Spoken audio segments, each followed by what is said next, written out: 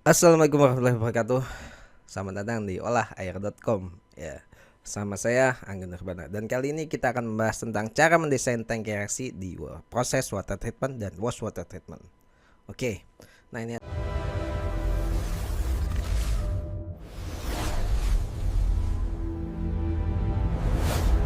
ada gambar kucingnya lagi di sebuah plant water treatment ya, biar seru aja.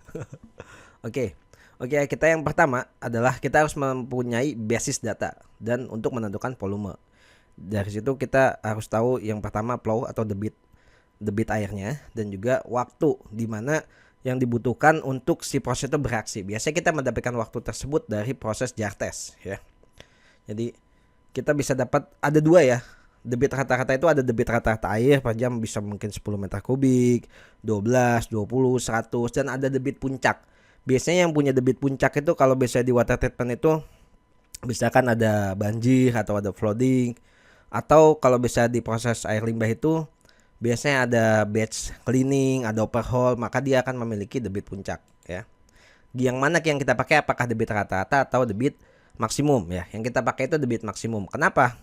Jadi supaya kalau terjadi lonjakan kita juga tangki reaksi ini masih bisa mengolahnya. Jadi jangan kita pakai yang debit rata-rata, tapi kita pakainya debit maksimum. Oke. Nah, dari situ kita menentukan hydraulic retention time atau HRT. Ya, jadi waktu yang dibutuhkan bahan kimia untuk bereaksi dengan air. Kita bisa kan kalau untuk koagulasi ya biasanya kita pakai flash mixing. Sekitar 1 menit juga cukup karena dia butuh pengadukan cepat aja. Kalau yang untuk flokulasi biasanya 15 menit sampai 45 menit. Jadi biasanya kita pakai minimum sekali kalau untuk flokulasi itu dia seperempat dari debit maksimum. Nah, debit maksimum per jam. Misalkan debit maksimum per jamnya 15 meter kubik, maka dibagi 4 itu adalah minimum ukuran dari tangki untuk flokulasi. Ya, untuk netralisasi ini juga biasanya di sekitar seperempat jam atau 15 menit. Oke. Oh iya. Nah, ini untuk rumus dasarnya adalah P sama dengan volume debit dikalikan dengan waktu tinggal ya. Jadi misalkan seperempat jam, apakah dari setengah jam ataukah hanya butuh 1 menit. Jadi dibagi 1/, ya, ini intinya bisa seperti itu. Oke, intensitas pengadukannya. Pertama juga kita harus tahu velocity gradientnya. Pengadukan cepat apa pengadukan lambat ya. Tapi kalau bisa kamu mau secara general, intinya kalau proses koagulasi itu ngaduk cepat aja. Itu nanti agitator yang kencang. Nanti untuk proses mendesain agitator ada di video yang lain ya. Nah, ini nanti ada di video yang lain biar gampang aja. Oke, ini rumus hubungan antara power dan volume. Dimana adalah semakin besar volume tangki, maka otomatis power yang dibutuhkan untuk si agitator itu akan semakin besar. Itu aja. Dan viskositasnya ini dan juga tergantung oleh viskositasnya. Semakin kental, misalkan power yang dibutuhkan oleh suatu agitator untuk flokulasi atau untuk mengaduk si anionic polimer itu biasanya power motornya lebih besar daripada power motor untuk proses mengaduk HCl atau NaOH, kan kalau polimer itu lebih kental ya. Kayak gitu. Oke. Dan ini geometrik dan dead zone. Ini juga yang harus kita perhatikan ketika mendesain sebuah tangki reaksi ya. Jadi kedalaman air itu idealnya itu 1:1. Jadi misalkan ukuran tangkinya itu kotak, misalkan 1x1 x 1 meter lagi, atau sampai 1:1,5. Jadi upayakan untuk beberapa kasus itu kan kita nanti butuh dia tuh mengalir dari tangki reaksi 1 ke reaksi 2 biasanya kan gravitasi ya, nggak pakai pompa ya. Jadi kita biasanya butuhnya lebih tinggi, mungkin 1:1,5. Jadi misalkan lebar sama panjang itu 1 meter, kamu maksimum itu untuk kedalaman tangkinya 1,5. Untuk bentuk tangki paling bagus memang bentuknya silinder ya, dia ada minim sudut mati ya. Jadi untuk minimasi ini. Tapi nanti kalau silinder itu biasanya dia ini, kalau silinder itu bisa terjadi vortex, jadi ngaduk-ngaduk doang, airnya muter-muter doang, nggak ada proses benturan ke dinding. Jadi kalau misalkan untuk yang kamu pengennya ada benturan ke dinding, bagusnya pakai tangki kotak. Jadi kalau pakai tangki silinder atau tangki yang bulat itu bagus nanti pasang bevel. Jadi supaya nanti ada benturan. Videonya kayak gimana nanti ada di video yang lain. Oke. Dan untuk posisi inlet harus di bawah atau sejajar impeller. Nah, Jadi untuk nah ini sih nanti ada di desain. Saya mesti kayaknya memberikan desain ini ya, desain tangki reaksinya gitu dari sebelah, dari satu tangki reaksi ke tangki reaksi selanjutnya supaya bisa ngalir secara gravitasi. Oke, dan untuk internal pressure ya. Jadi yang ada di dalam tangki itu ada bubble atau sekat ya. Ini supaya untuk mencegah vortex ya. Vortex itu jadi mutar-mutar doang ya. Kemudian desain standarnya itu biasanya dalam satu tangki itu ada bevelnya ada 4, tapi diletakkannya tidak boleh simetris. Supaya apa? Kalau simetris nanti jadi vortex. Jadi kita naruhnya mungkin di secara agak acak supaya tidak terjadi vortex.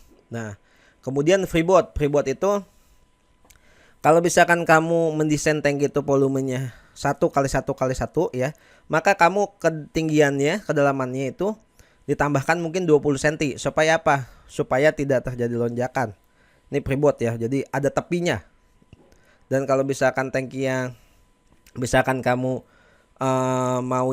mau lebih hemat lagi, tapi ini khusus proses pengadukan dengan ini ya, yang non flokulasi ya. Jadi kita bisa pakai static mixer. Nanti ada juga saya jelaskan ya di video lainnya. Ini tadi kasus perhitungannya, misalkan kita punya flow 100 meter kubik per jam. Nah, ini prosesnya mungkin koagulasi. Jadi flash mixing 60 detik aja. Berarti kan cuman debitnya dibagi 1/60 ya. Gitu kan. Volume yang dibutuhkan bagaimana? Nah, ini cara ngitungnya. 100 meter kubik.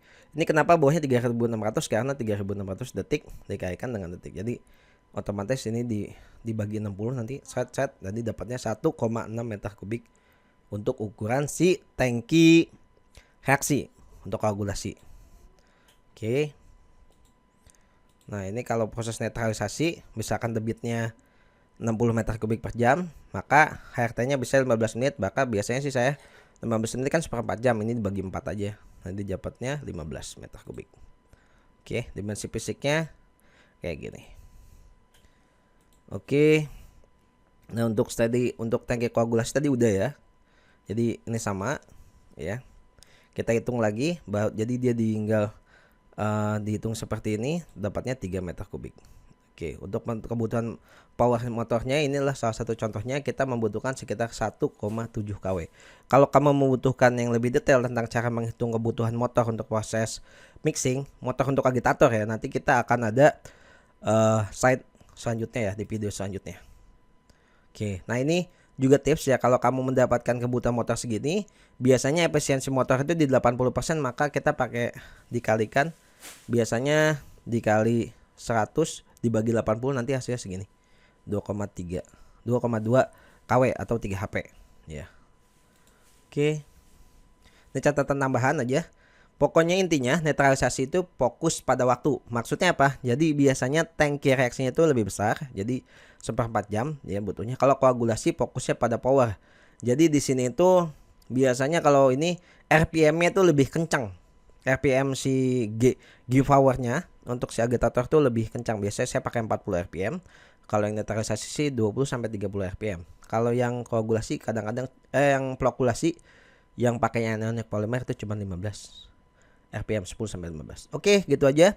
Kalau untuk mau tahu lebih banyak, subscribe aja ke All Hire ya, atau cek di allhire.com.